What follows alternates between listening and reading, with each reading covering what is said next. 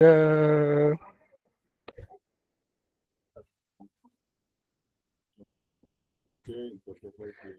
you hear me? Muted, okay. Yes, you can. Okay, so and the class will be taken for the next 2 or 3 weekends will be monitors, mixing monitor systems, audio monitors, or let me call them audio stage monitors. So mixing stage monitors, managing talents, if I'll call them that. By talent, I mean musicians and whoever you would find on stage, and then every other thing around the scope of it, including setups and all of that. So um, bear with me, this class today is going to be theory. We'll do a lot of, okay, well, not so much of talking, but we'll do a lot of talking. And if you have questions, let me know as quickly as possible. So let's begin. The art of mixing stage monitors, training for beginner engineers, church volunteers, and touring pros.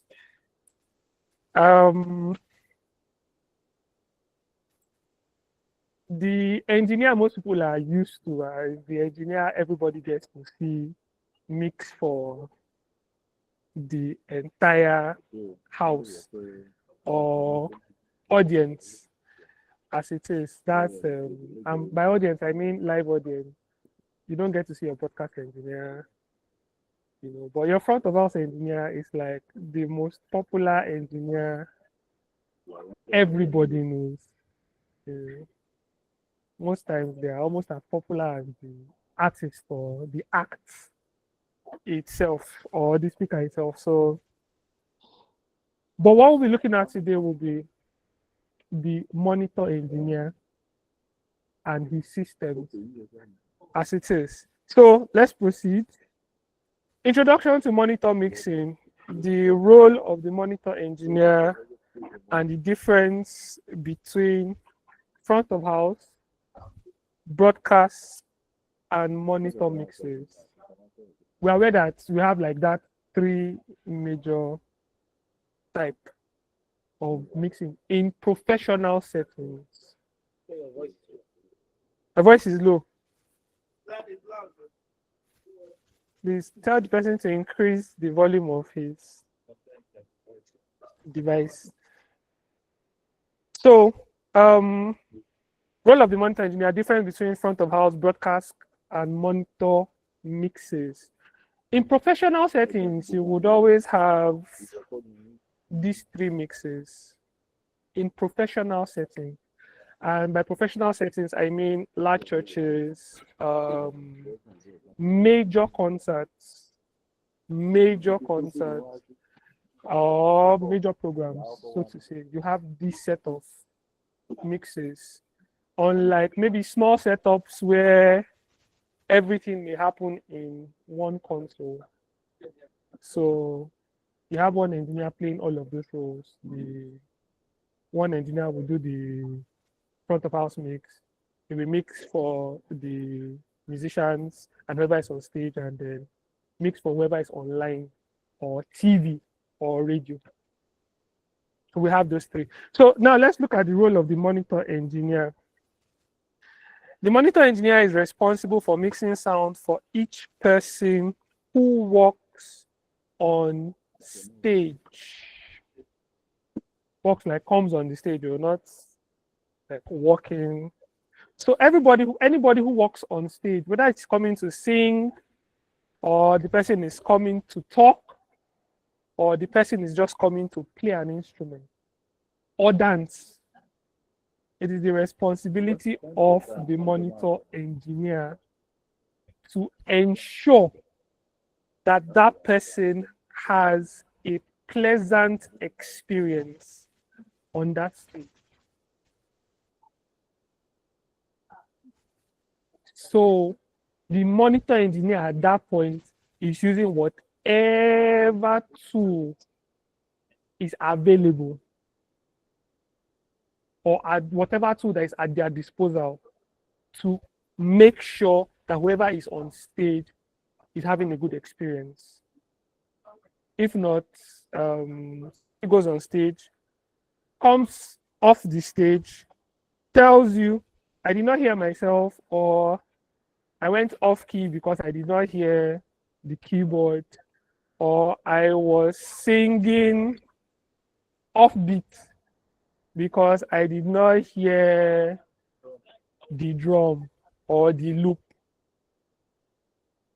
It's going to be your fault as a monitor engineer.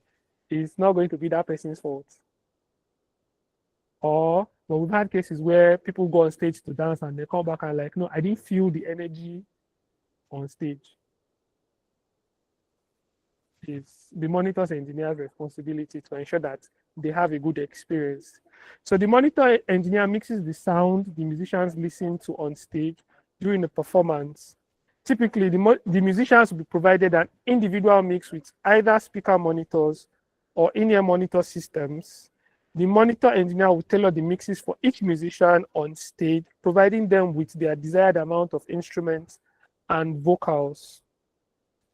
So in the course of the class, we'll discuss the types of monitor systems that are available for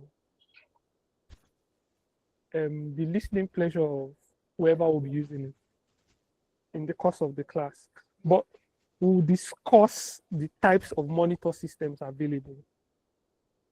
So because you go to some places and you have speakers everywhere on stage. Now someone said that's for the keyboardist, that one is for the drummer, that one is for whoever is playing the lead guitar. Just like that. Scattered on stage, go to the main stage, you have systems like that. Or you go to places where you just don't see any speaker,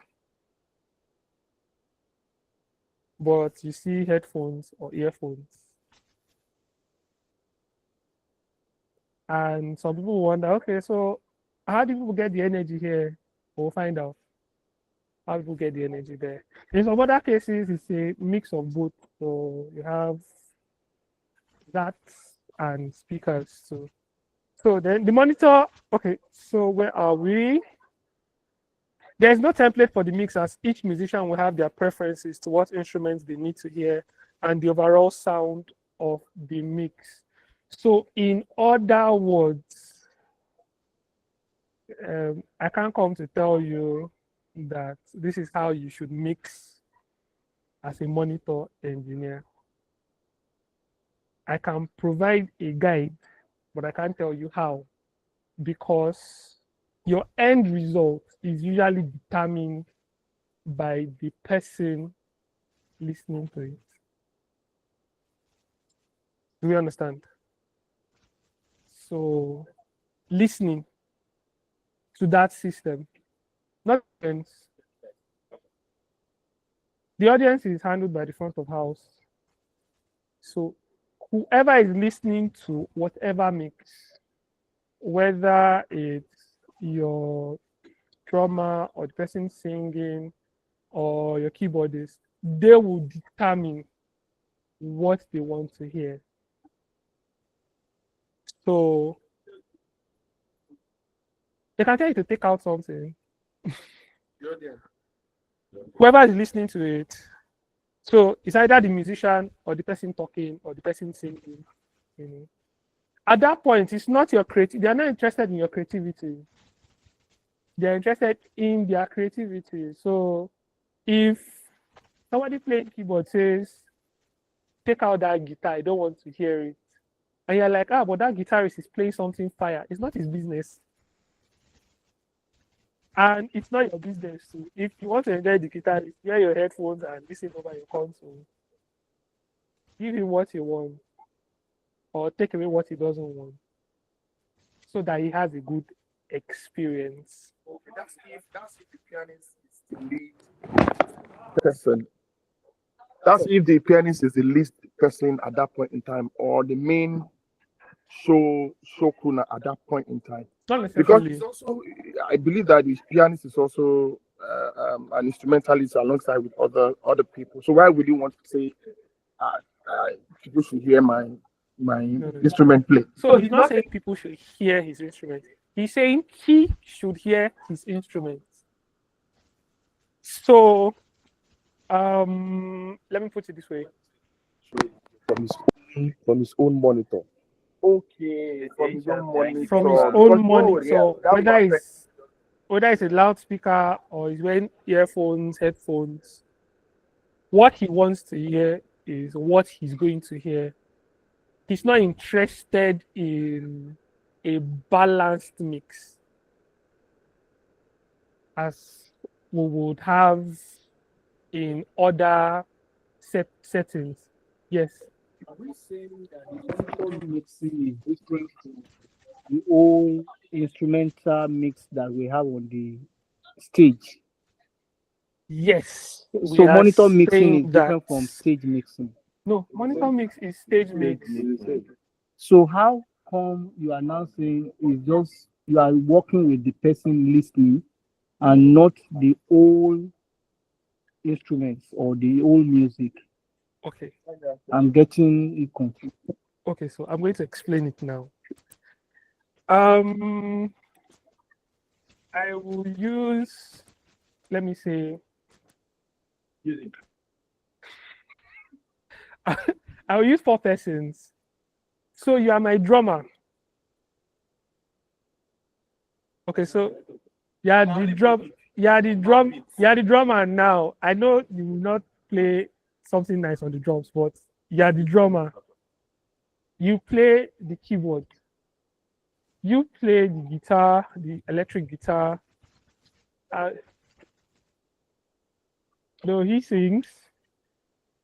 You are my main guy on stage. And you play the bass guitar. Morning, sir. Now, each of you are different inputs on my mixer. Each of you now I'm going to skip a few slides and then come back to them. Each of you are different inputs on my mixer, and I have different outputs for each of you. Different outputs. Now my drummer says, I want to hear my drums. Then I want to hear the person singing. And I like the bass guitar, the groove on the bass guitar. Then I want to hear maybe a bit of the keyboard, but throw away that lead guitar, I don't like it. So I tailor a mix for him based on that request. Note, the mix is for my drummer. It is not for you.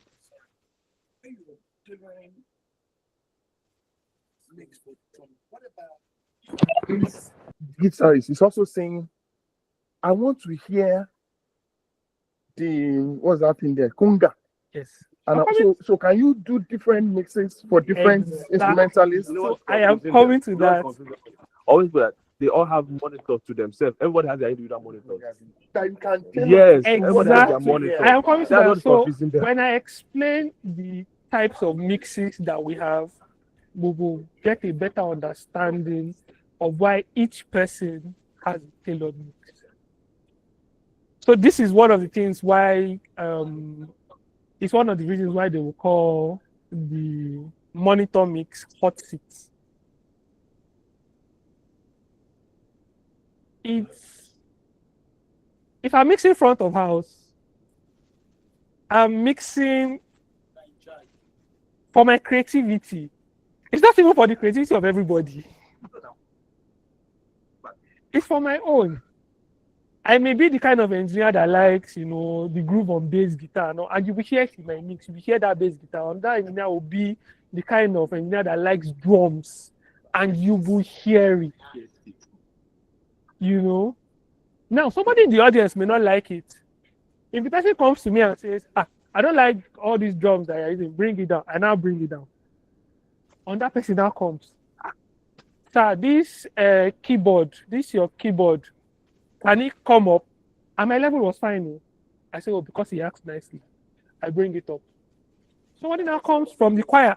I noticed auto from where he was. Oh. I noticed auto. I can't hear it. I said, I should bring up all the auto. And I'll bring it. Before you know, I've mixed for everybody here. And I've mixed rubbish. Because I'm trying to please everybody.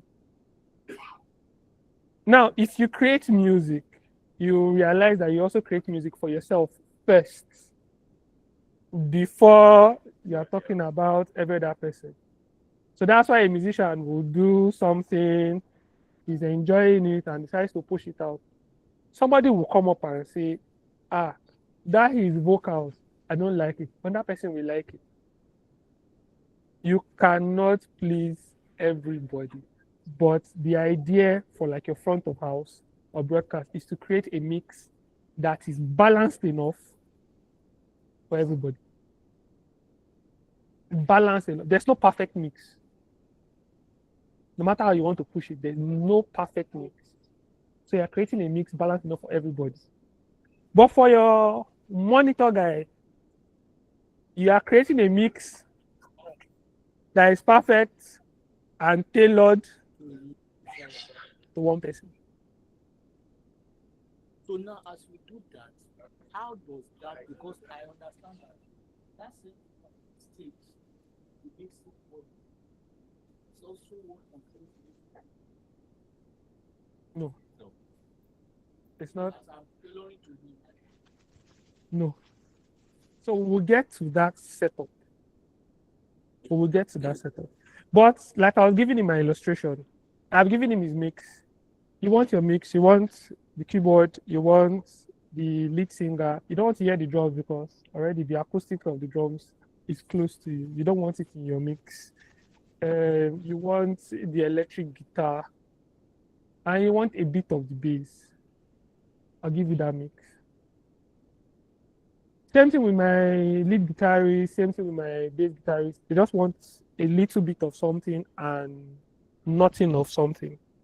Now I come to my lead singer. My lead singer can now decide and say, on my monitors, though, the only thing I want to hear is my voice and keyboard. I don't want to hear any other instrument.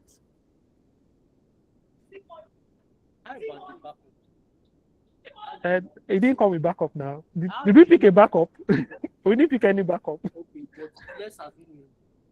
Okay, so we have 1, 2, 3 backup singers.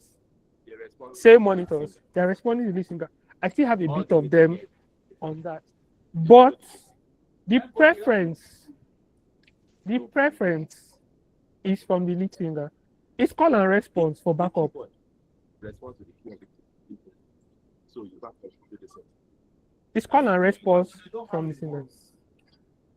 The way I did to you. Okay, whatever the lead singer says, if it's Exactly. That's why it's the lead. So the backup singers might say, on this monitor, I did not hear drums, I did not hear bass. Of course, I'll ensure that they hear a bit of themselves. They have to, even the lead singer needs to be sure that they are singing, But they are like, oh, I didn't get any groove on stage other than the keyboard. It's not my problem. Once the lead singer is fine. He's the one calling the shots. He's the one calling tempo and key. Backup singers has their own monitors. And so now, if they have their own monitors, you have created 2 different mixes on stage. Now, depending on the size of your stage, some stages would allow you create a monitor mix for your lead and another monitor mix for backups. So on that mix, I can say, oh, okay, I'll give backups preference, give them keys, give them whatever they want to hear, and balance it. Now, the listener can come and say, I heard drums when I went to the backup monitors. I'll just ask him, so what did you call the monitor again? Backup monitor. It's not lead singer monitor. Go to your monitor.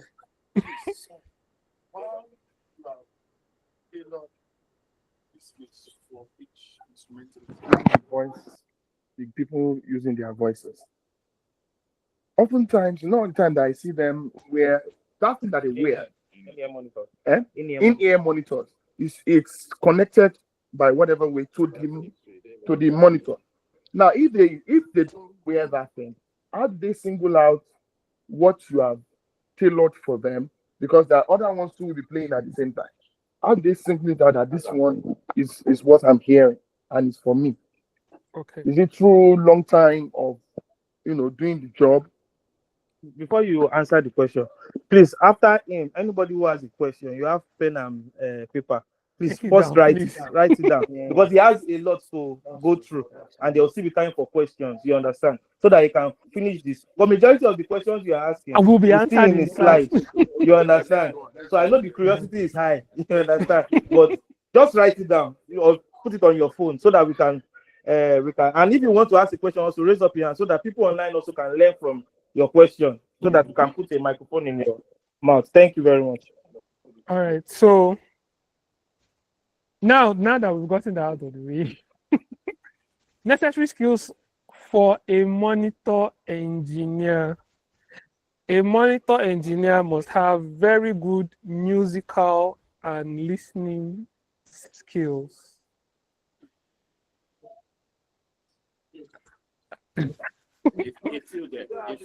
So don't worry, we'll get to all of that. So very good musical and listening skills. Note, I didn't say you should know how to play a musical instrument.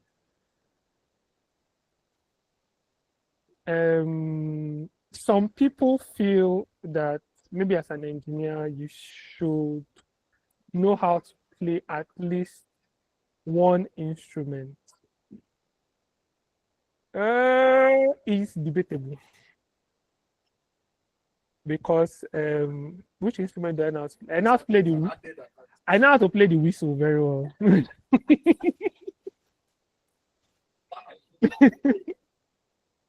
But yes, it's good as an engineer to know how to at least play one instrument.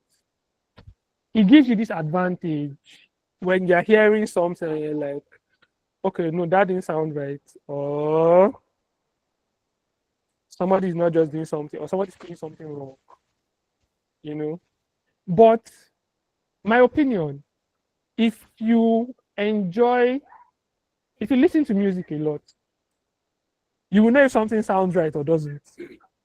I don't know if you agree with me.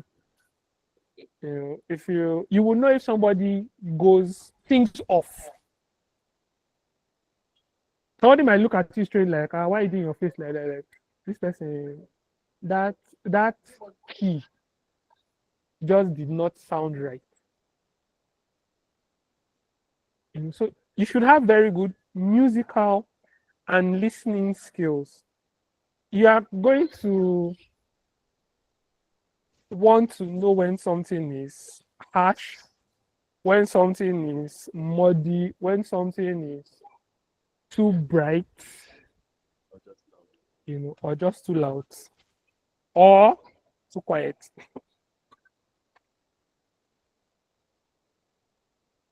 And you should be able to tell that in real time, not as an afterthought. The whole thing that's happened. That keyboard wasn't loud in that mix, so that happened. You can't correct it. So, number 2, you should have excellent mixing skills. Remember, I said your creativity is not really what they are looking for, but you should know how to mix. You should know how to mix in the sense that somebody tells you, I want more of this. You should know if the person really needs more of that. or less of something else. I don't know if that makes sense. So you're in a situation, somebody is telling you, I need more of my vocals, more of my vocals, more of my vocals.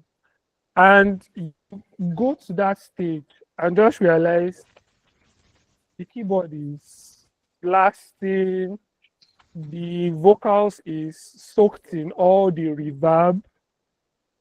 So the person is just hearing the vocal from far. As the monitor engineer, would you keep pushing the vocal? You won't push it again now. You start cutting down things. Okay, let me come down this keyboard first and hear the difference. Oh, I still think the vocal sounds far because of the reverb. Let me come down on that effect. And then the person goes like, I'm good. You did not bring anything up. You brought things down. Another part of it is there's also the psychological part of mixing. Sometimes because of maybe the energy, the person is like, I want more. And you're like, okay. And the person goes like, the only thing you touched on the mixer was the frame. It did not touch fader, it did not touch knob, it did not touch screen, just it did not touch, it just touched the frame. So this thing exists in medical, you know, there is some things that you have. Placebo, yes. Don't do placebo into. And you're like, that medicine worked too. Why there is nothing in that medicine. So we do that sometimes because we know. You're just looking at the energy of the house and you're like, I'm not feeling the energy. Yeah. And the person's like, yeah, I can feel it now, I can feel it. I did my job. I did my job. Maybe because of time, I'll tell you some of the secrets that we did for some people. I just did smiling, and the person comes to tell you thank you, and you're like, no, it was nothing. Because it was nothing, actually. So the ability to read the platform team and hear things from their perspective.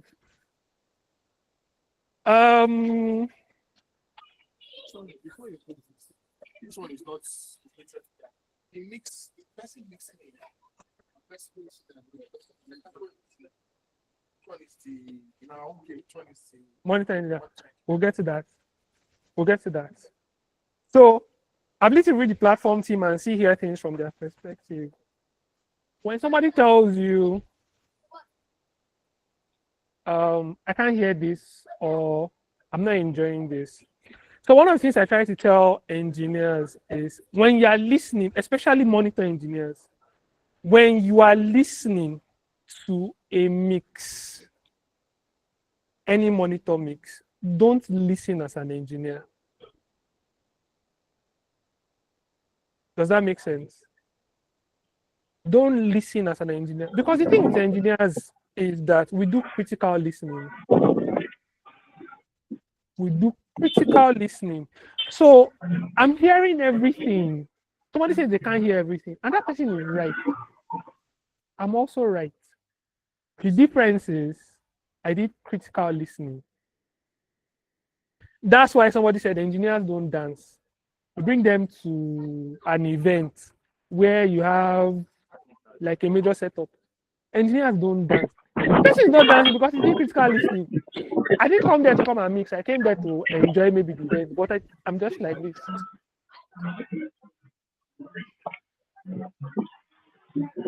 I'm listening for things that should be there or shouldn't be there. I'm listening out for feedback. I'm listening out for something. But somebody else comes and person just having a good time. And in your engineering here, they're wondering, what's this person enjoying? Doesn't this person notice that this microphone is that's your own business as the engineer. So when you're listening to monitor mixes, you don't listen as an engineer. If I'm going to listen to a keyboardist mix, I want to listen from his perspective. So the guy says, this whole mix is not balanced. I take the mix and I put it in my ears or go to his monitor. And I'm okay, no, everybody keep playing. And I'm trying to understand what he means by that. As a keyboardist. I will still get on shooter. This time. But you don't know Cool, but I have good, excellent musical skills. How are you? I listen to music. And maybe from a simple conversation, I will get on why a gig is going on. You want where you go? You don't like that. Oh, I'm not feeling this thing. Oh, okay. In my head, this keyboard sounds fine. But I know what's the problem. It's clashing with his lead guitar. So I go to my board and bring down the lead guitar on his mix, and the guy's like perfect.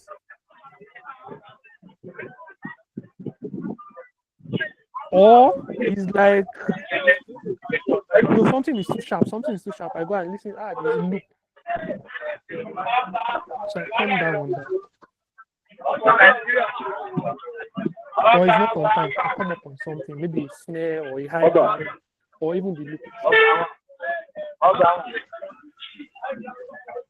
But I did not listen as an engineer, because if I did, I will criticize his own listening and tell him that, no, you don't know what you are hearing.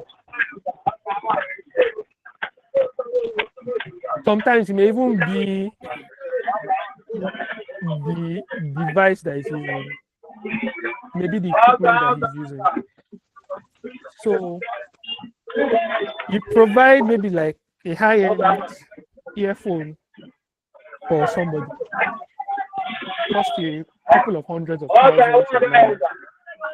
The person listens to you and like, nah, this thing sounds like crap. And you as an engineer, you know that, guys, this thing that you're calling crap is expensive and it sounds balanced. Not good. It sounds balanced. But yeah, forgetting one thing, you're an engineer, critical listening. The guy is just there to enjoy himself while he's doing what he's doing. So you need something that will give him all of that. So I bring another earphone that's like maybe what, 20K, and give it to him. And where they're like, no man, guy, throw this thing that you called expensive earphone away and leave me with this one. Do we understand? So you want to get it from their own perspective, not just yours. A great working relationship with the platform team, bringing an attitude that helps the team feel supported. My guy was talking about being jovial. Musicians can be very tricky to work with. In fact, anybody going on stage can be tricky to work with. The person may be having a bad day and decide to take it out on you. You didn't do anything wrong, though. The person just goes on stage, comes back, and then I hated the mix. The mix was this, the mix was that. It was, and you're wondering what's happening. You now ask the backing vocalist, how far now? What happened now? So, no, the mix was fine. It was good, though. And so why is your listener saying the mix was bad? I don't know. So what do you do? Will you say, okay, because this person criticized my mix, even though I know it wasn't bad, and yabbed me and all that, I'm going to show this person Pepe. When this person goes on stage again, I will soak their voice in so much reverb. They'll be hearing it, but they'll be hearing it from far. And if they come to my board, I'll show them, I say, see now, see now, see now. So you want to be able to relate with people that you are, let me call them this time, your clients. Let me call them that. You want to be able to relate with them. You know, there was someone who, for her, it was like, every time she sees me, I'm just always smiling and all that. When I said I was leaving, so the person was like, so no more good morning, no more. I'm like, eh? So you're more interested in the person being, respectful and nice to you than what's good. The person will go up there, may not even enjoy it and come down because it's you. The person doesn't feel bad. I told a musician one time, I said, musicians, these people can be very funny. If you don't like an engineer, even if the guy gives you heaven in your mix, you will find a problem with it.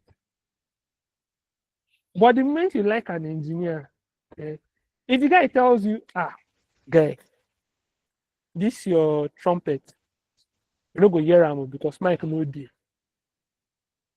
You say, no problem. Shebi it's just today now, no problem. What makes a musician not to like her? What's the reason we like her? Good. We are going to get to that.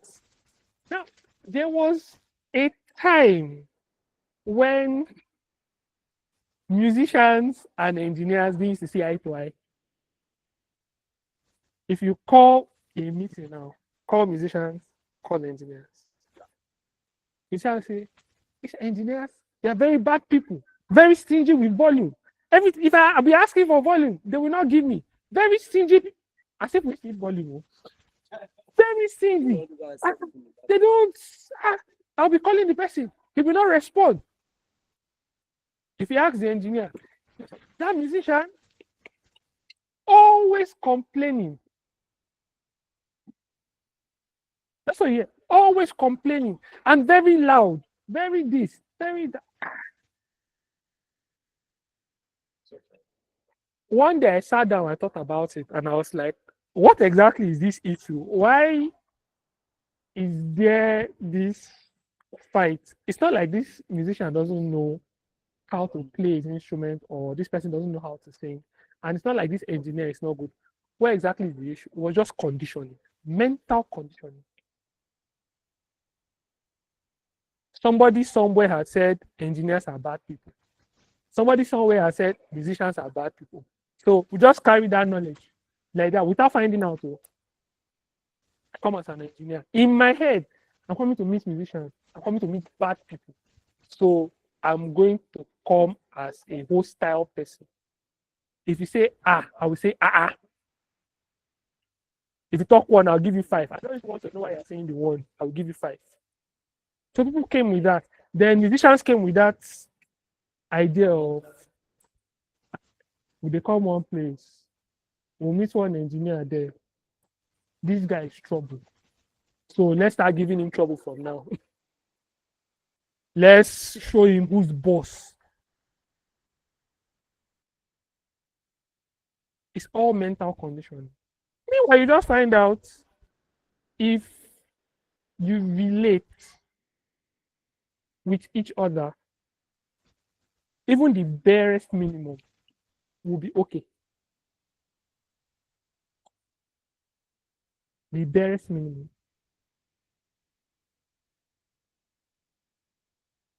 Somebody comes, my loop is stereo, and I'm like, I can't do stereo. Nah, it's just one line that should mean. And the person is like, because it's you, no wala. Another person is ready to fight. No, I must be stereo. I must feel the mix. I must feel the surround. We get what I'm saying. So, an understanding of stage and technical terminology and how it applies. If I'm talking engineer to engineer, engineer to stage tech, maybe engineer to some musicians, I should be able to say some things that will make sense. If I say a mix is too bright, now what does it mean? Their frequencies are high. High frequencies are too sharp. Good. Now that's just one terminology to it. Somebody says the mix is too harsh, or I tell another engineer compress that guitar or make your compressor like a limiter on that guy because that guy is too loud. You know, terminology like that. So we'll get to that too. The ability to differentiate the music director's voice amidst everything else happening on stage. So in some setups, you have talkback systems.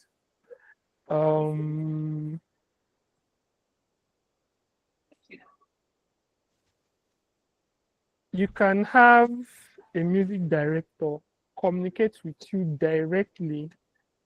In some cases, maybe the music director is not on stage, on the main stage. It's probably with the musician. You can have him communicate directly with you. You can have him communicate directly with the musicians too. Now you need to be able to know that's the person talking. And the person is referring to you. And the person is not in the mix. And his voice come even with the sound of the Yes. from the mix. But it's not in the mix. Yeah. I don't even understand. Talkback system. So we'll get to that. An in-depth understanding of the equipment you have to accomplish the task. So your mixer, your wedges, your IEMs, your antenna systems, cables, microphones, DI boxes, whatever it is that you have to work with, you must know them and know how to use them. Two different things. Knowing them and knowing how to use them. You know where to apply them. If I ask, when is the best time to use a passive DI box now?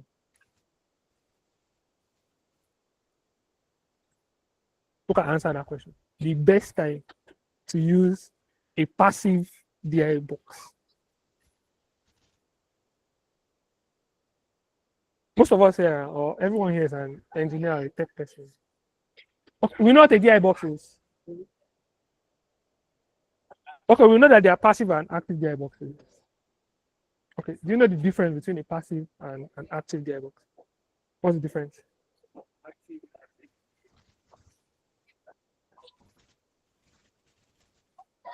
Okay.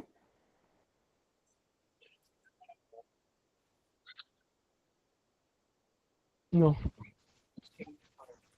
No. No. Passive is just passive. Active would either use the battery or phantom power. Passive won't use any of it. Now, but this is like the major difference between a passive DI box and an active DI box. I'm digressing now. An active DI box has a preamp in it.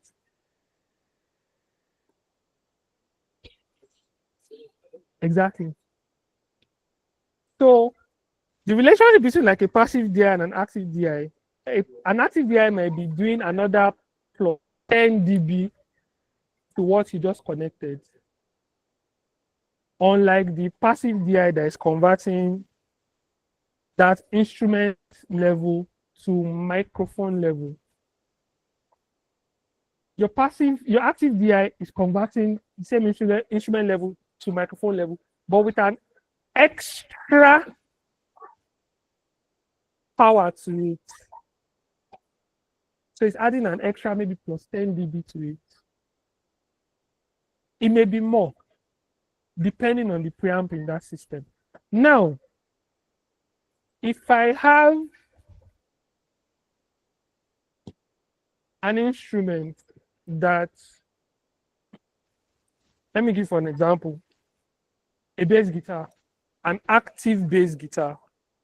We know active bass guitars that use batteries in them. There are passive bass guitars too that don't have batteries in them. Now, if I have an active bass guitar, it's active because it has its own preamp too. So I take that bass guitar with its own preamp, plug it to an active DI with its own preamp, and send it to my system. I'm going to have a lot of signal to deal with. If the bass guitarist is someone that is not nice and decides to drive his volume all the way, I most likely will have distortion.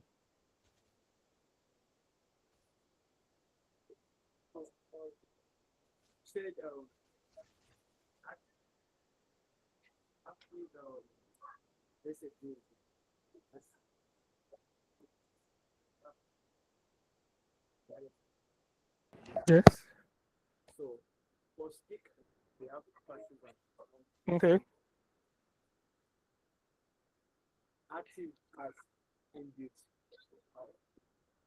Okay. Yes. Mm-hmm. Okay.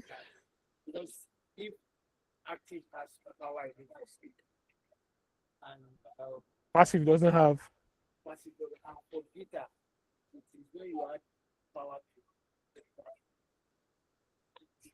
Mm-hmm. Mm-hmm. Okay, so yeah, trying to understand. Okay.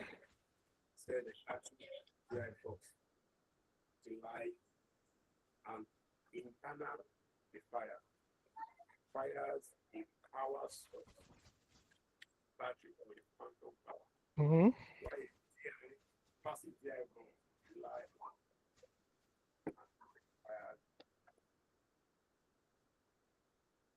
That is the same thing you're saying. So now, slow down first so that we don't get everything confused. I think the term passive and active. So passive systems, if you say passive loudspeaker now, if I bring the loudspeaker, apart from the circuitry in it, which is the crossover system inside, and then maybe the drivers, there's nothing else. If I want to get that speaker working, I need to connect it to an amplifier. Now, an active speaker is just a passive speaker with an amplifier inside.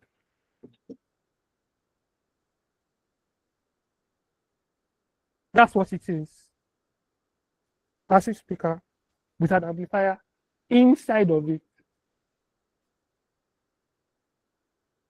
Now, but for like a DI box, like the person said, it's just a transformer it's relying on. It doesn't need to be powered.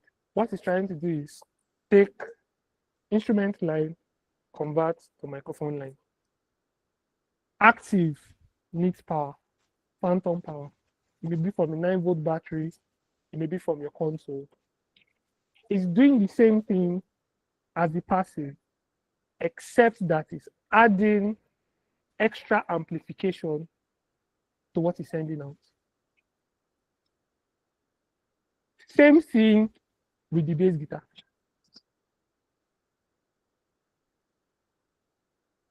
Passive bass guitar is just operating like a passive DI. Active operating like that. Now, what I'm talking about here is in-depth understanding of the equipment. And I'm saying, if I take the active DI box and connect it to an active bass, and my bass guitarist decides to crank the volume, if I don't manage my gain properly, in some cases, even if you do, you may still have some distortion.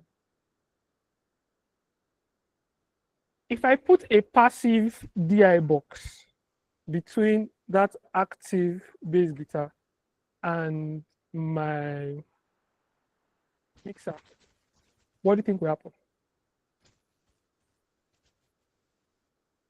I've taken away extra amplification.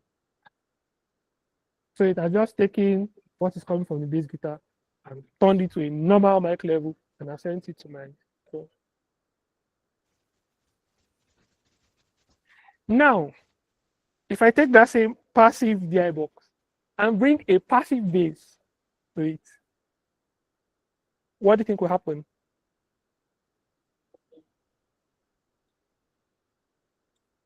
I need to gain up. So you need to know when to use your tools. You need to know when to use your tools. It should not just be because, oh, that's what is available. Let me use it. You should use it because it's like the right thing to do. All right. Then an in-depth understanding of gain structure and gain before feedback as it relates to monitors. We are going to discuss gain structure like that in the course of the class. So, I still have more slides to go. Types of mixes, what we've been asking for. Yes, now. So you're asking me the kinds of mixes that we have here. This here would shows like 3 different types of mixes. This is stage. You can see the floor monitors around here, around there. I kind of flip the pictures. This is front of house. So you can see lights, you can see, and this is broadcast. Yes, so this is broadcast. This is the front of house mix. That's stage mix. You can see the difference. Broadcast needs like a screen because it's supposed to be in an isolated area so that you don't have the influence of the sound from your space affecting, you know. Difference between FOH broadcast and monitor mix. A live sound, a front of house mix is for the audience. A monitor mix is for the performance on stage. A broadcast mix is for distribution to a wider audience via television, radio, or streaming. They differ in the intended output, the dynamic range, and the level of processing applied. Intended output. Intended output for FOH, what is it? Audience. So your intended output are your main speakers and your delay systems. Maybe recording too. Intended output for monitor mix. Good. And we'll be using what for them? And yes. Wait, we'll get to that. Then the intended output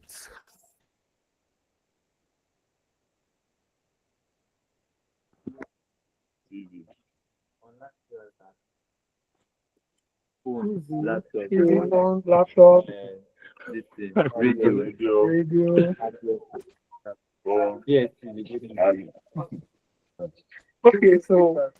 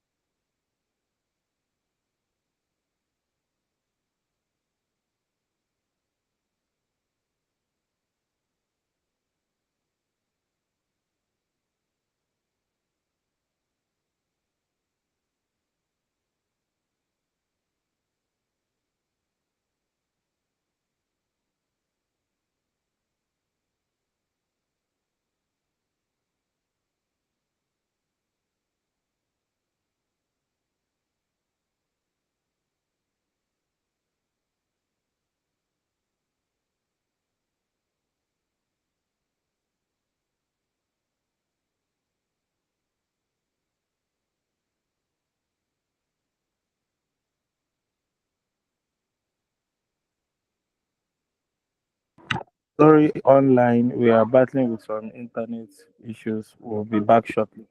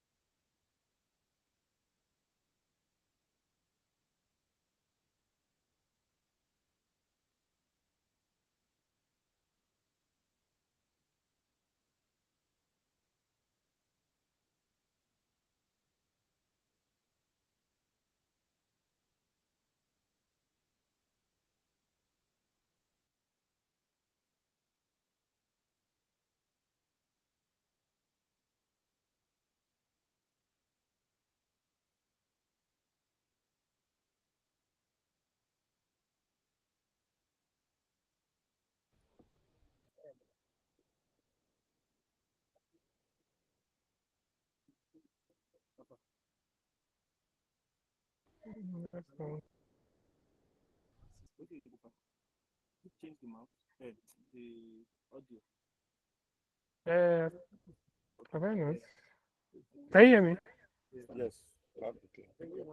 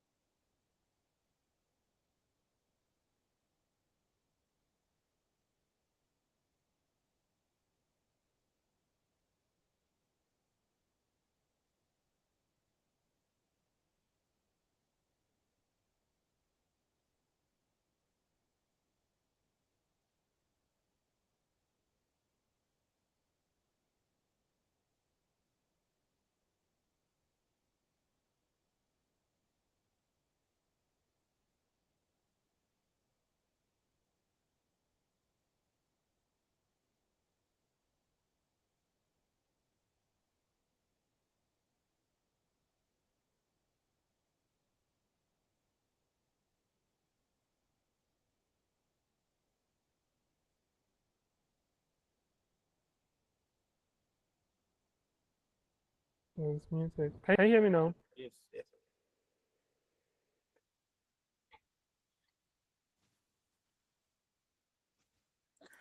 So everything goes into that analog audio splitter.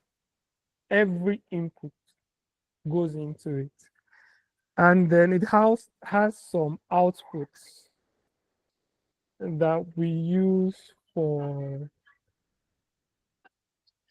front of house.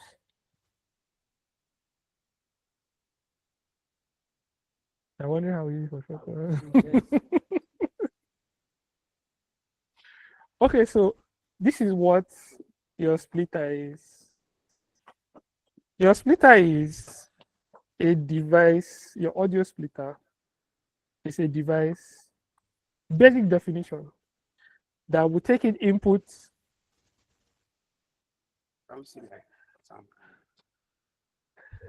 When we go on stage, when we go on stage, I'll show you the splitter. It's not the audio link, but it's like an audio link. So it's taking in inputs and is sending it to more than one destination. Yes.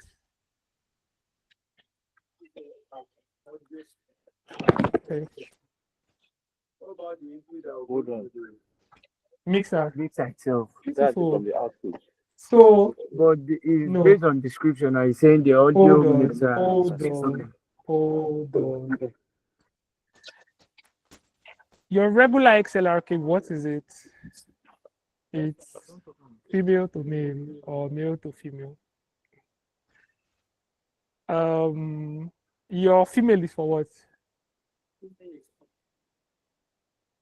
You know, your female is for receiving, the male is for giving. So imagine a splitter. Now I want to even make it simple in our head. The splitter we have there is 64 channels. Let's imagine it's 8 channels. So you have 8 channels taking signal. So what will be at that initial point? Female or male? Female. So you have 8 female XLR connectors in one point. Now imagine this, behind that splitter. I don't have a white cable here. I don't have a white cable here. Behind the splitter, you can now send out those things that came in. You can send them out to different mixers. Oh, thank you, sir.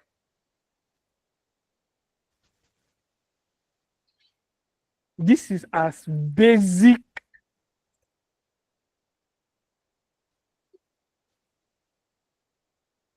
as you can get for audio splitter. Y cable. Y cable. Although this is wired differently.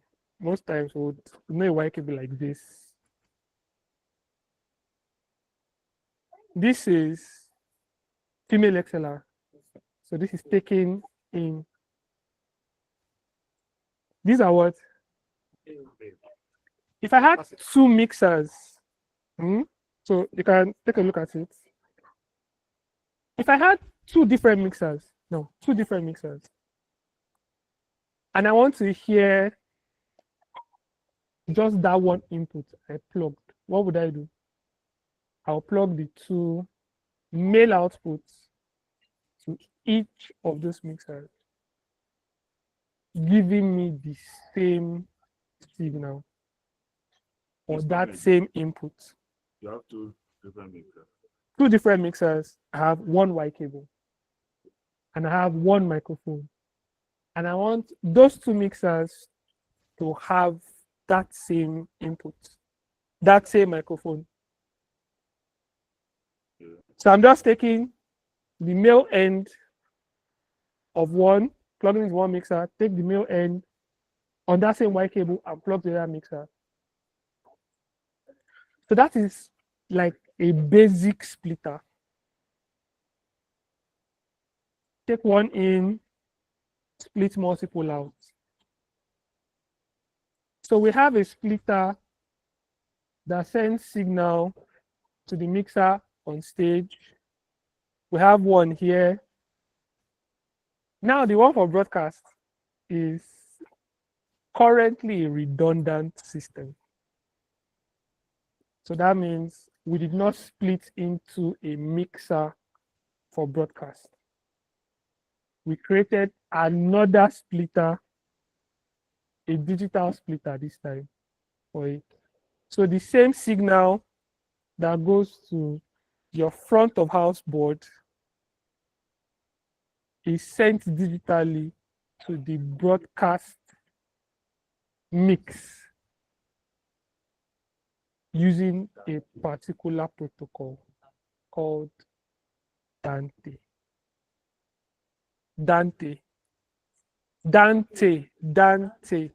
I will not take it in the class of Dante here, so that's another class. To the stage.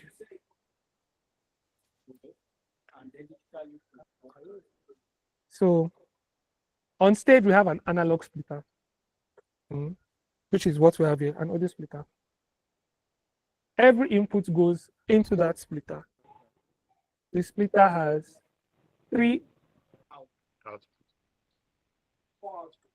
4. Thank you, sir. It has 4. We use 3. It has 4 outputs. Now we used 1 for stage. So I am seeing all the inputs I plugged into the splitter on my stage mixer. Plug them physically on the I/O rack or in the I/O rack or stage. I have another output here plugged physically to the I/O rack on stage, on at FOH from the splitter. Then we have one going up.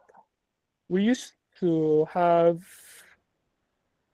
back then we used to have an analog mixer out there. So had it in there until we went digital. Broadcast, yes. Yes. Emoji is the agent of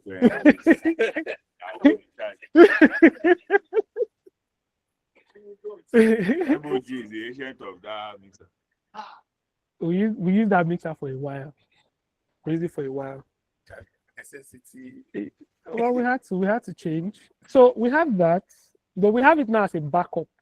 So just in case something happens to Dante decides not to cooperate, we'll just look for, if we want to do a broadcast mix again, I say, okay, let's not do the mix from here. We want to do another broadcast mix. Let's look for a mixer with inputs and connect the analog outputs of the splitter to the input of the mixer. And you're back to mixing. So you have that splitter from here going to your monitor console, front of house console, and broadcast console. But in our case, we split digitally from front of house to broadcast. So, but it's still a split. Now, from your monitor, you are going to your outputs. What kind of outputs are we talking about? Your floor monitors, your in-ears. In some cases, you may have to do like a loudspeaker processing system before. It's not syncing. Okay. Yes, a loudspeaker processor is a DSP. So imagine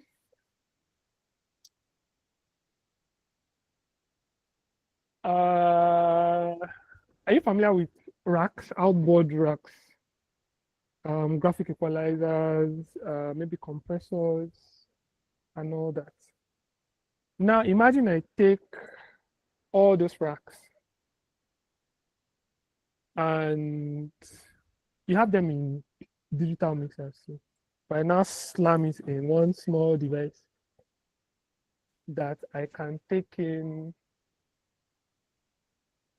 maybe 2 or more inputs and have 6, 8, 16 outputs. I now decide to treat. Okay. Can I try and elaborate what he's trying to say? When he said processor, what did you call Loudspeaker it? processor. Loudspeaker processor. It's just any device that can help you to process Yeah. signal. You understand? Before it gets into the loudspeaker. So, like you said, it can do EQ, it can do compression, all You these can things that dim it. process sound. Then it can also split the signal into Exactly. multiple. You understand? Later we'll see on some other All classes. of that. Some other classes, some people, another person will still We'll take you in take depth it. on those.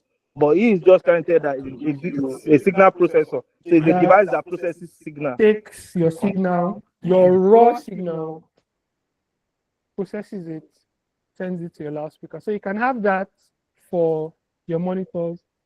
Usually we have that for front of house speakers. We usually have that, but that's front of house class. Then you have the same outputs for front of house, like I said. Then broadcast output, we talked about that. So what is going into.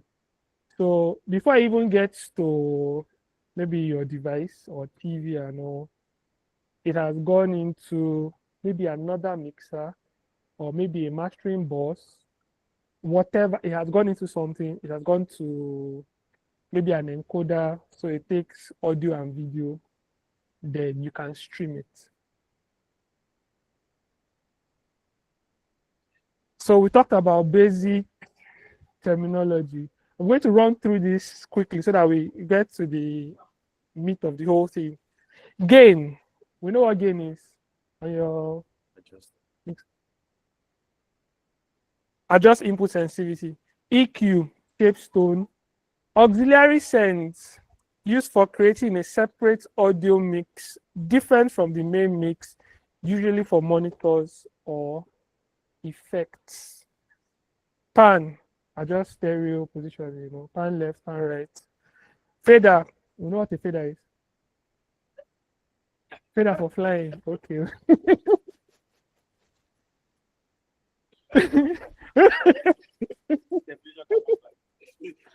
So we were talking about gain structure, gain staging. Gain staging, the process of adjusting the input signal level at each individual stage in the signal chain to achieve optimal performance by maximizing signal to noise ratio and minimizing distortion. Please elaborate. Gain staging. Each channel is going to go through or should go through that process of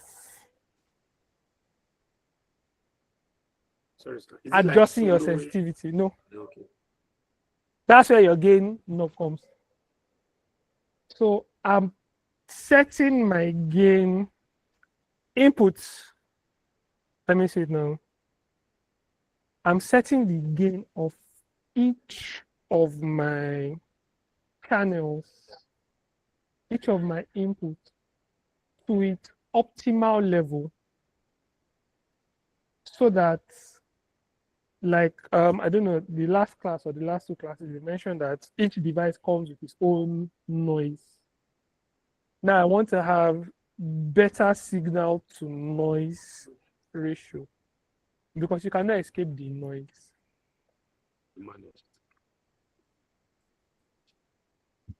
So I want to have better signal to noise ratio. So I'm going to properly have my gain set so that I have optimal levels that are clean, clear, and void of distortion. Each of them, and I'm having it run across from inputs And that's how it's going to go. Now, the gain structure, the overall distribution of gain across all components of an audio system from inputs to output. Two different things, gain staging, gain structure. Gain staging, I'm working on my inputs, each of them. Optimal level that it can be. Now, my gain structure will now tell at my final output. So each of the things I've done will sum up.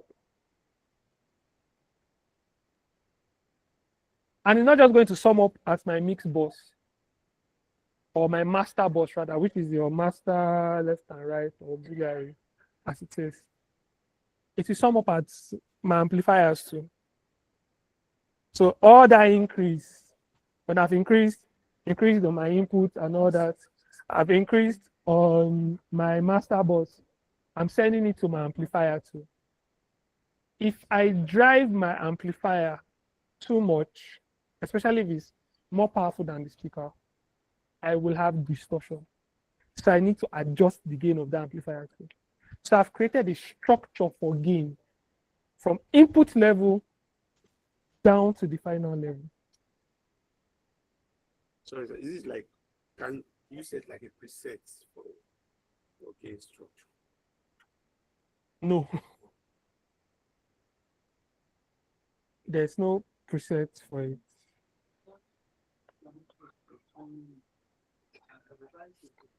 Okay. Okay, if the mixer was here, I'll show you the gain. I've created an optimal level for my channel 1.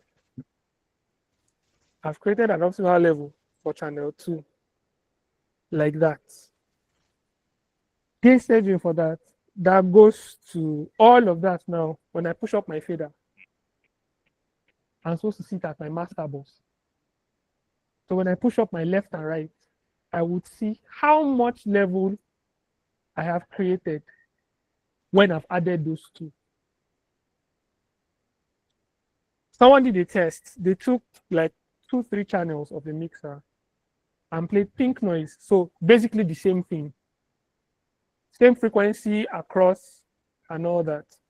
And after having adequate gain staging, set up the faders, had like minus 18 dB on each channel. But by the time it got to the left and right, it had increased. You have seen them, they are there now. You have like maybe plus 6 dB. So I always use and this it's the same thing. So I just learning what is going on because I don't. You get, Anytime I want to come, last time it was no shooting, right? yes, if you That have was- to it was you raining. have some home filtering or cancellation. Yeah, it was raining that day. So, but this is the thing. Training. The gain staging is the method, gain structure is the result. So like we said, gain staging, I have done the input. I've got to my master bus. I have seen what all the addition has done to my main master. Now, about gain structure, I am looking at everything I've done from input to my master bus down to my final output.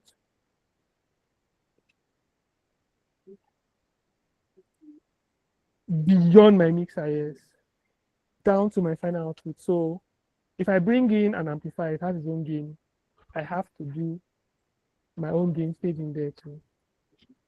To ensure that everything is giving me clean sound.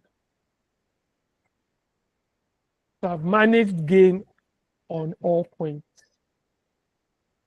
If you are doing that for broadcasts, it's going to go like that from the mixer all the way to wherever you are sending the output to. So I can have a clean mix and I've sent it to maybe a computer. And somebody on the computer decides to push the volume all the way and starts distorting. So at that point, what is bad? The entire gain structure.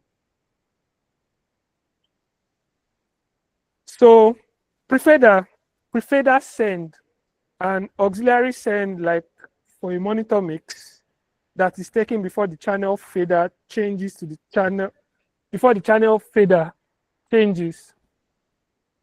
So the channel fader won't affect the monitor mix level. Pardon my typo, please. What that means is, if you have a mixer, in most mixers, you would see a button called pre on it. On each channel strip, you would see a button called pre. That's your prefader button. If I engage that button and I'm mixing monitors, my mixing monitors, I'm sending channels to an auxiliary, so to say. If I engage that prefader, if I bring the fader down,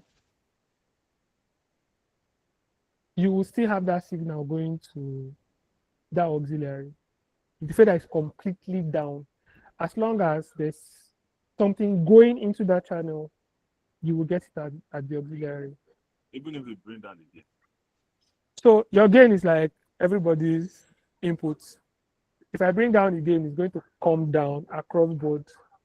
But that fader, which is like your volume control, if I bring it down, it doesn't affect that mix, except I bring down that auxiliary knob channel. Do you understand? That's prefader. Postfader is like doing the opposite. Postfader, the fader is going to do all the controlling. So if I set the levels for that channel on the auxiliary, if I push up the fader, you would hear. If I bring it down, you will not hear. So we are going to find out where these things will make sense. Prefader and postfader. Yep. I'm not going far. Stage monitors. A stage monitor is a passive or active loudspeaker system used in live performance environments to help performers hear themselves and other members of the band clearly. Unlike front of house speakers, which face the audience and are designed to project sound outward, stage monitors are aimed at the performers on stage. They ensure that musicians can keep time, so you can keep to the beat, pitch, and energy, so you can keep time and stay on key. In check, despite the noise of a crowd or the overwhelming volume of amplified instruments on a stage area.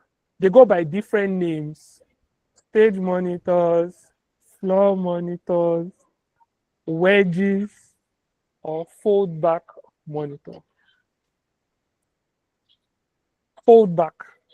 So fold back is the actual technical term for monitors. Fold back. So it's either a fold back monitor or fold back ears. So what you call in-ears are actually fold back.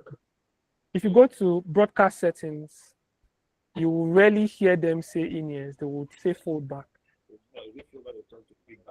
No. Fold back. So you're asking what wedges are. So wedges were gotten from the way the speakers looked. So all wedges, they will say, are monitors, but not all monitors are wedges. Let me go back to this picture. What's a wedge? Like the way a wedge is supposed to look like, it's supposed to have like this triangle feel. Which wedge? Even if you use a lady's shoe still goes in a particular way, like as if it's a triangle, so to say. Now, for people who used to cut trees that would use axe, and or maybe the saws. They used to have this wedge wood, triangular.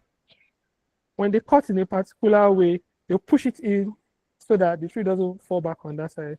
They go on that way, cut, push it in. So the way it looks, that's where the name came from. Wedge. Just the way it looks. This looks like a wedge. And this looks like a wedge. Now, there are some monitors that don't look like this.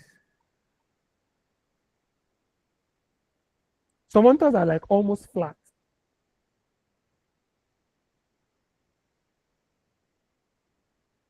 Do we understand now? So they will say all wedges are monitors, but not all monitors are wedges.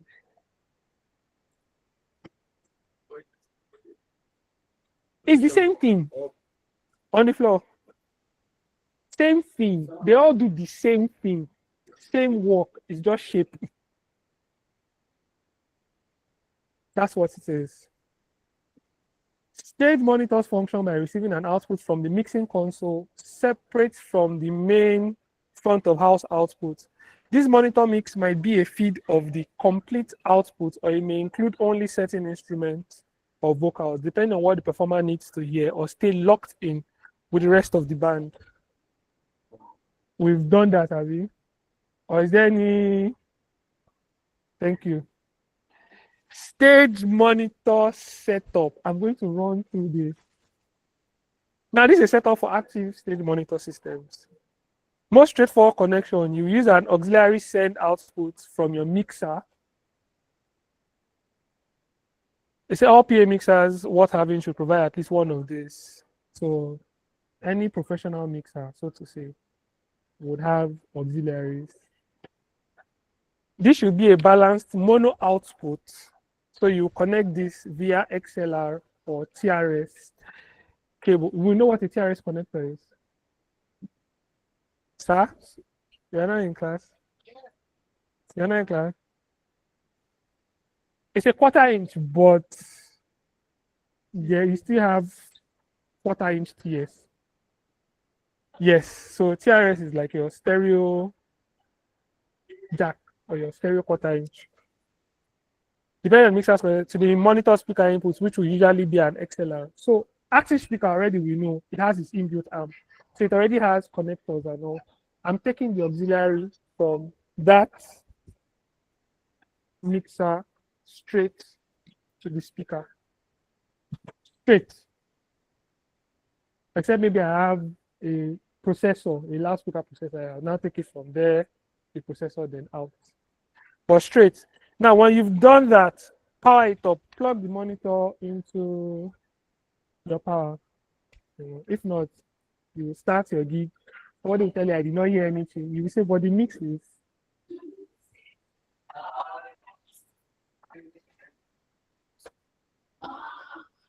Loudspeaker, processor, and amplifier. So a processor is just processing signal. It's just. Now, position your monitors for your performance to hear. And you are positioning them in a way that they will hear optimally. Then for people that are using microphones, you will position them in a way that you are not going to have feedback. You understand? Then after that, you set your mixer volume, EQ, whatever you need to do, whatever processing you need to do on your mixer, input wise, output wise, you have that going, and you are done setting up your active monitor. It is that straightforward. We are good? Yeah. Passive systems, they are basically following the same process. The only difference is you have an amplifier, then speaker cable from amplifier to the speaker. That's the only difference. then you're not plugging the speaker now. It's amplifier, I'm going to plug in. Every other thing is the same. In-ear monitor systems. You have like 3 different systems set up here. This is a standalone wired system, the Behringer P2. It's mono. Behringer P1 is stereo, but it's basically like a headphone amplifier, so to say. But I'm sending like my auxiliary to it. So the same thing I'm going to do to like the active monitor. That's what I'm doing here. I'm just taking the cable from the mixer auxiliary to this. And then I'm mixing accordingly how the person wants to hear. That's what I'm going to do. Create that mix. The person just plugs in earphones or headphones and they're good to go. This is what we use here. Wait, which one? This. It's called my mix. So this is trickier than the others. This would require network cables, switches, a hub, then you now have the personal monitor mixer itself, each of them. So this one, each person has control over what they want to hear. I'm just sending all the things that you need to mix yourself in this. So I don't have to mix for you. You are doing that yourself. The only thing I'm saying I'm going to ensure that you have is that everything that comes to you is clean and clear. You understand? Yes. So this requires some technical knowledge. If they don't know it, you would help them do it, or you have to teach them. Then this is a wireless system. Same setup with this, just wireless. So an in-ear monitor system is a type of personal monitoring system used by musicians and other performers to hear their own performance and the rest of the band mix through earphones. That's what it is, through earphones or headphones. Some people can connect their in-ear monitor systems. Maybe like the My Mix I showed you, they can connect it to monitors and still create that mix themselves. Because something like that has its own output too. So if you connect it to an active system, you have become your own stage mix engineer. So like I said, they may be standalone wired systems or wireless systems or personal monitor mixers.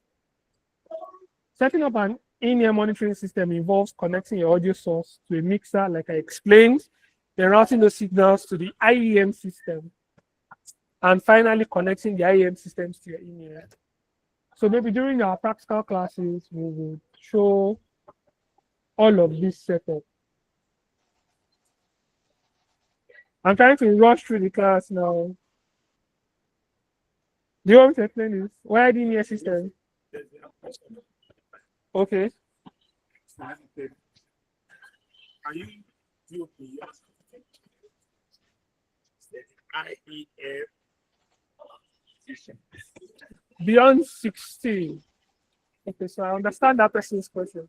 Most personal monitor mixers are designed to accommodate just 16 mixes.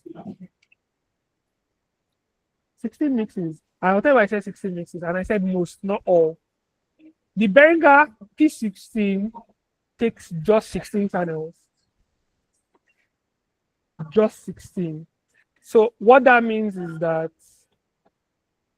if I'm going to curate a mix for anybody, I will need 16 things that they will need to hear. And because I'm doing it for everybody, it has to be 16 things that everybody will need to hear.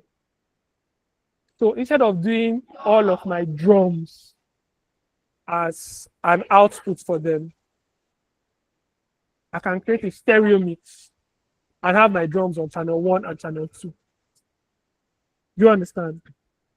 So create a mix for the drums, send it on auxiliary 1 and 2, stereo, to the P16 IO hub, and anybody who listens to the P16 using the personal monitor mixer would hear those drums on channel 1 and channel 2 mixed.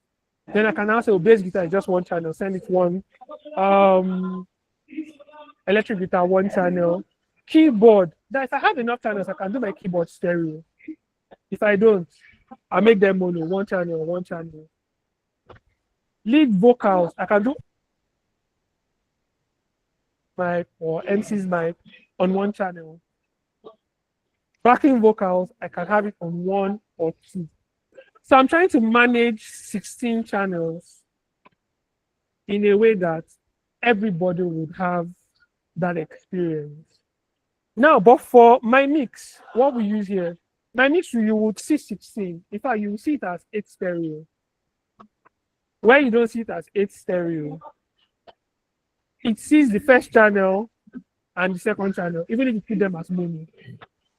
So if I take the first channel and I don't take the second channel, it assumes that I've taken the first and second channel. We'll explain that when we get to the device itself. So, but the thing with that is, you're seeing 16, but I can have as much as, if I remember correctly, like 100 channels plus on it that you can see. So what that means is the mix I will create for this man, the 16 channels that he will see, will be different from the 16 channels that this man can see. Do you understand my question, my answer to that? So one is seeing just only 16, or it can take just only 16. Another one will take in as many as possible, but you only have to work with 16. Like creating a subset. Exactly. So there are a lot of systems like that. The DP48 is like that. The other than if any one or any 100 is like that. So just take in stuff and then curate a mix. Do you understand? Yes, sir. Yes, we just indicated you. It's clear with your Okay. explanation. So, but there's another one. Okay. Said, is it proper to still be having signal indication light when the gain knob is set to 0? You could even see the spectrum moving towards 0. I don't know what that means. That's the way. Should I say, repeat the question again? I'm trying to understand what that person means by 0. When the person means 0, does the person mean 0 like unity, or 0 like I've cut out the volume, the gain completely? Okay, so let me answer that question. We talked about gain structure. Okay, so one of the things I failed to mention is that some devices also have their own gain. Some devices also have their own gain. So a keyboard has its own gain. A bass guitar has its own gain. Sorry, are we in question and answer period? I try to, people are Maybe we'll continue that question. Let's go to question and answer so that we can quickly finished. round up and join the rehearsals. Okay, so Questions. the class is still plenty. No, we'll continue next. Who might be following? It is well. Okay, question. Okay, so sorry, let me finish with that. So now, the person asking that question Gain is completely cut out. off, and you still have this thing. So I'm going to answer that. Now, for a proper gain structure, it also starts from your input device. So if we use this wireless microphone system as an example, a lapel system, it's a condenser microphone. And because of that, it's very, very sensitive. If I crank this gain up all the way and I cut the gain on the mixer completely, you will see the signals. The signal is It will come.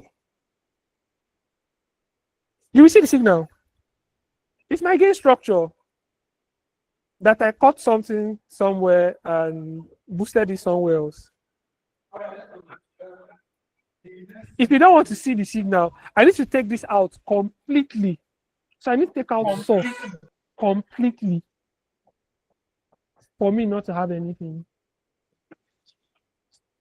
Either unplug it or put it off. Or the gain here, I bring it down to the lowest for you not to have anything if you turn off your gain on the mixer. Do you understand? But for some other things, they may not have that much power. So if I bring like a passive bass guitar and say, let me just turn it halfway and cut off the gain, you won't get anything. Do you understand? Okay. Okay. Questions. Wow. Okay. Just four. You ask the remaining next week. So we need to be fast so that we'll move to this. Okay. Okay. Does the mixing engineer have to come to listen to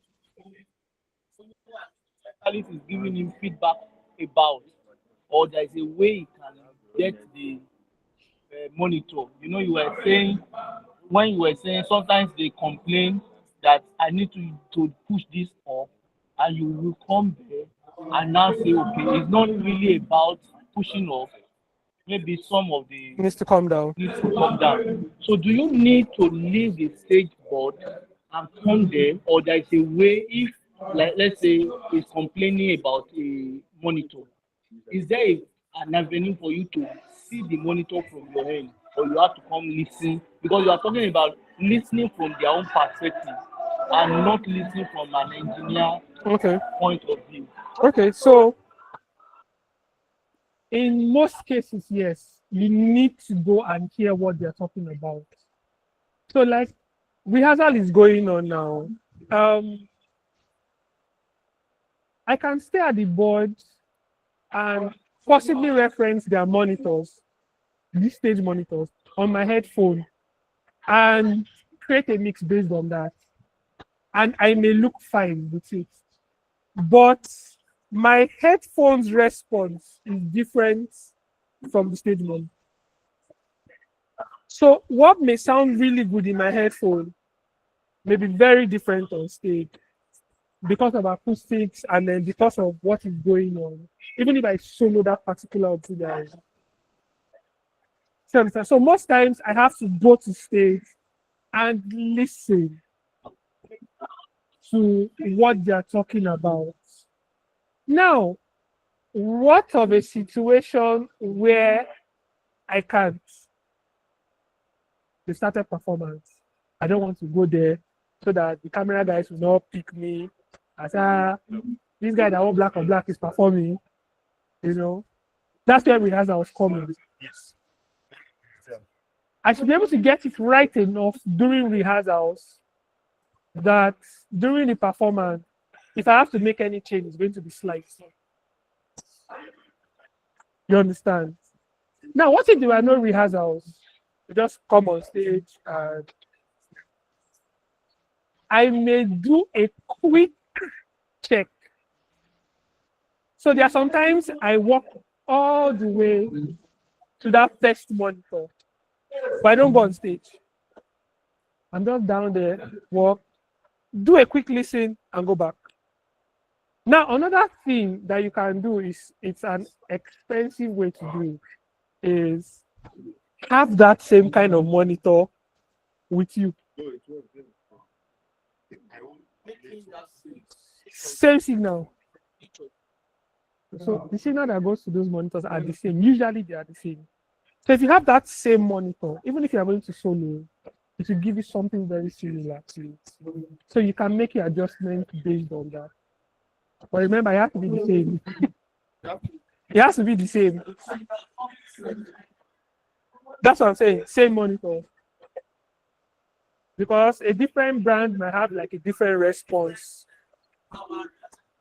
It might just be a different response. Same thing. But like I said, that's an expensive way to go about it. Now, but for in-ears, if they are wireless in-ears, wireless body pack, I usually recommend. If you ask me for 4 wireless in-ears for performance, I will come with 5. So for some systems, they have what they call engineer's pack. So I can cycle through the frequencies that are available. I'm like, okay, the lead singer is using this body pack with this frequency. I can go to his frequency and hear what he's listening to and make adjustments based on that. You understand? For my mix, I have to go there and physically hear what they are doing. Okay. Okay. No question. One more.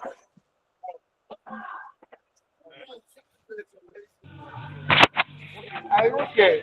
Sometimes the instrumentalists are not able to plainly explain or know what they want. You understand? Or what exactly is wrong. So how do I respond to this without being critical to his music listening skills? You say something that, sometimes we are listening as an engineer and then we are trying to criticize their own listening skills. So, and sometimes they cannot really, okay, this is what I want, or this is exactly what is wrong. So how do I respond to that? Creating, and they are saying something is not right, and they cannot explain, okay, what's wrong? What do you want? They can't tell you. So that's where your musical and listening skills come in. There are different styles of music. There are some times where maybe a keyboard needs to sound brighter in a mix. For us engineers, we want everything warm. I don't like stuff harsh. I don't want it muddy. I don't want it rough. I just want it warm and, just chill. Some people want a lot of energy happening around their instrument. Now, there are some songs where you just notice either the keyboard sounds like a little bright or the lead guitar sounds like a little bright. It's just cutting through the mix. But maybe because of your style of mix, you just notice, okay, so I made it sound really warm. Now, the person playing knows what they want to hear, but they may not be able to say it in the way that you understand. If you take your own musical knowledge, so to say, there was a place we were in one time. I was mixing in front of her, and the person was like, "This guitar, it sounded really fine." As far as I was concerned, he said, "This guitar, it sounded." I said, "Oh, that is doing this song. This is how the guitar sounded in this song. Brighten the guitar. That's all we do. Just increase the highs." And the person was like, that's it, that's it." So sometimes the person is trying to relate it based on music that they've heard, something they had to score to come play. Other times, they have to listen to it for you to know, okay, this person is talking about, the person says, oh, the mix is not balanced. Like I was saying one time, the mix is not balanced. And you're wondering why this person is saying this mix is not balanced. Something might just be off. It might just be that the mix is dry. So maybe you have dry vocals, no reverb on them, or dry horns. So it's sounding harsh.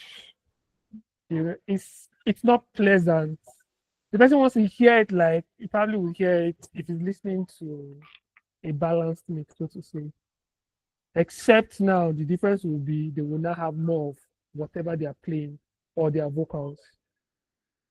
So your music skills and your listening skills will have to come into play.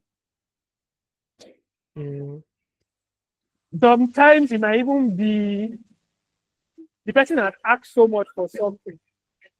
We were mixing someone here one time, and the person kept asking for 3 things. The person said, give me reverb, give me percussion, and give me, I think it was loop. The person kept asking for these 3 things. And every time you gave the person one, you ask for more of the other one. If you give person down, you ask for more of the other one. So I left this and went on stage. So hear what the person was talking about. I realized this had a lot of percussion going on, had a lot of loop, and had a lot of reverb. Backing vocals were passing through, but that lead mic was not just talking, it was just sounding far. Second person, see, we'll come down your reverb, I'll come down your percussion, I'll come down this loop. If he doesn't agree, so the person will agree, and I'll tell you why. There's something about being a professional in this space.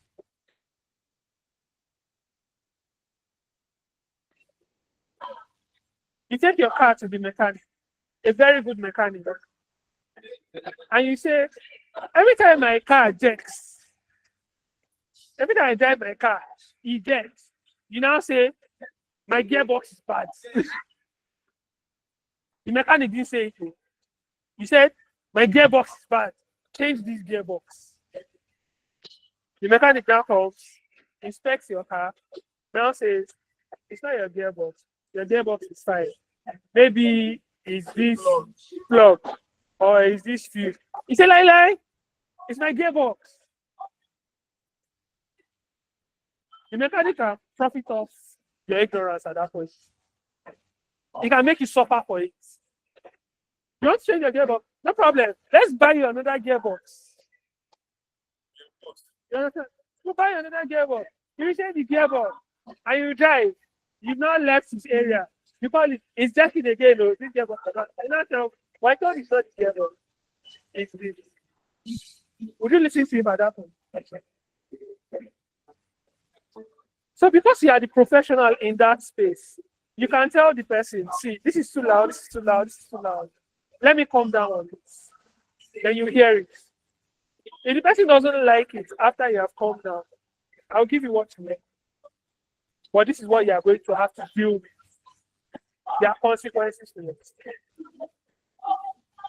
But you have to be polite about it. So I can't tell you that this thing that you are saying, you don't have sense because of what you are telling me.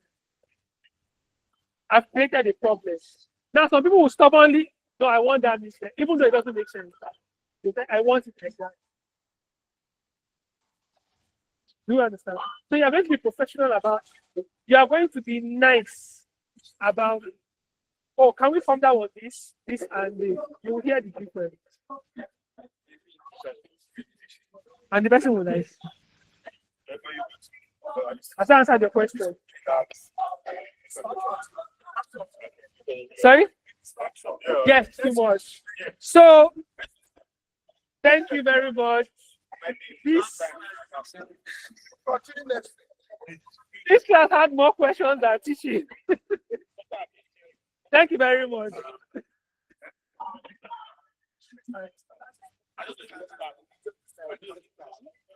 No, you get to next week.